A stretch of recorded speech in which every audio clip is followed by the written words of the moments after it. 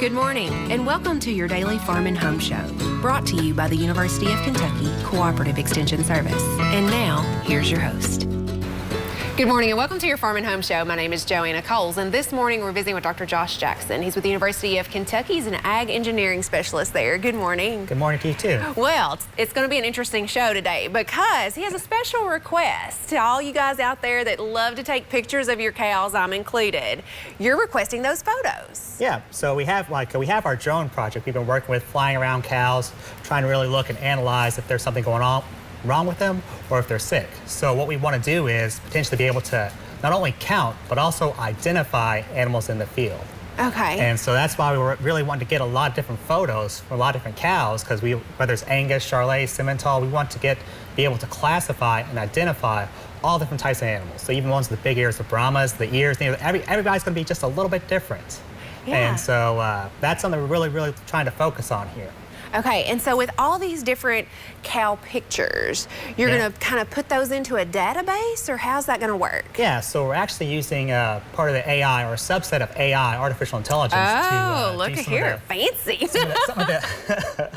Some of the deep learning. So we're going to try to give it, up to 10,000 photos. We want to get as many photos as possible. Yeah. And so we'll train it to identify, what's the characters and what features are different between each animal, and how can you use those to identify or characterize between them. And so really that's why we're trying to get that whole big data set of a lot of different photos. And so really like to have them when they're in a chute.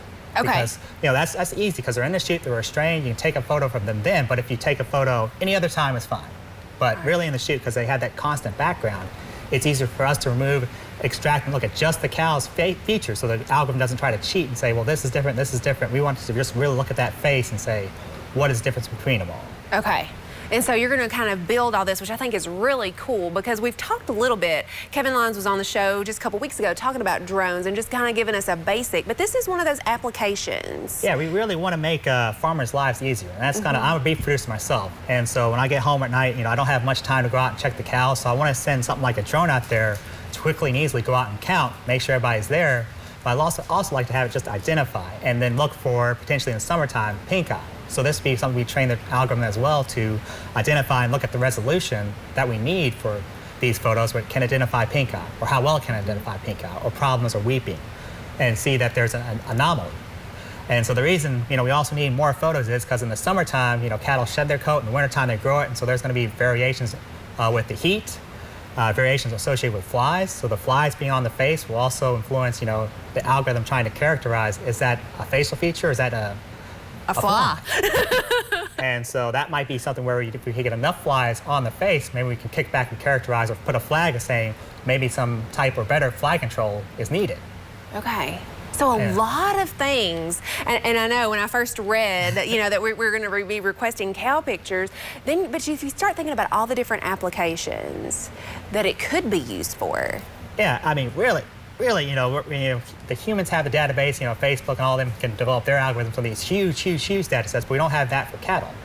And so we want something that really just focuses on helping beef producers. So just get out there, identify them, at least visually identify. If they're behind some trees or underneath the leaves, we'll have to identify them or characterize that they're there thermally, potentially.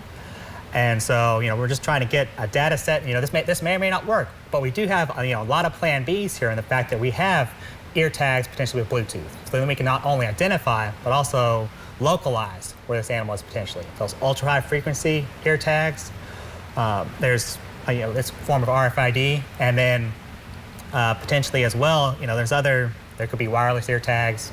We have a number of different options actually in the visual ear tag. So the actual tag that says 13, cow 13, we can actually identify that kind of the same way Google can identify your mailbox number.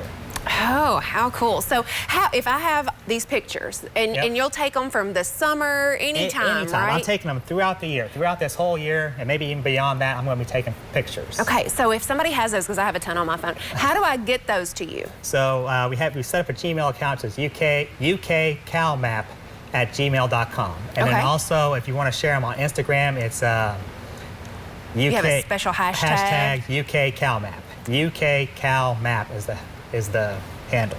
All right, so if you don't have photos, you want to go out and take some photos. We need all breeds. If you can get it full face on, facial, right? Yep, like you're doing a portrait of a person. Face on or even to the side a little bit. It's perfectly fine. Any type of camera. Cell phone, any type of camera. So everybody can do it. You can participate in the UK Cow Map project. Contact us if you want more information. Thanks for watching and have a great day.